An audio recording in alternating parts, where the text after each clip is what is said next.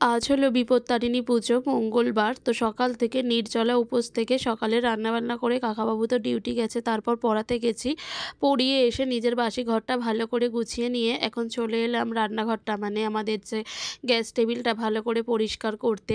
কেন বলো তো গ্যাস টেবিলটা ভালো করে পরিষ্কার করতে হয়? তার কারণ হচ্ছে যে গতকাল মাছ-টাছ রান্না হয়েছিল, সেই তো গ্যাস একবার মুছে রেখেই ছিলাম, কিন্তু তারপরেও সকালে রান্নাবান্না সমস্ত কিছু হয়েছে। যদিও আজ পেঁয়াজ রসুন দিয়ে কোনো রান্না হয়নি, তাও একটা তো মনেই হয়, খুঁতখুঁত থেকেই থাকে। তাই সমস্ত কিছু বার করে আবারও ভালো করে ধুয়ে গুছিয়ে রাখছি। সমস্ত কিছুই পরিষ্কার করে রাখছি, কারণ এরপরে মায়ের আমার খাবার তৈরি হবে, সবার জন্য ভাত তরকারি সব রান্না হবে। যদিও আজকে সমস্ত কিছু নিরামিষভাবেই হবে, পেঁয়াজ রসুন ছাড়াই হবে, তবুও একটা মন খুঁতখুঁতানির জন্য সমস্ত কিছু ধুয়ে মুছে তারপরেই রান্নাবান্না হবে।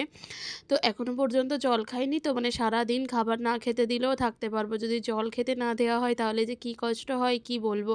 আসলে জল খাওয়ার অভ্যাসটা এখন অনেক বেশি বেড়ে গেছে। এরপর স্নান পুজো সমস্ত কিছুই বাকি আছে।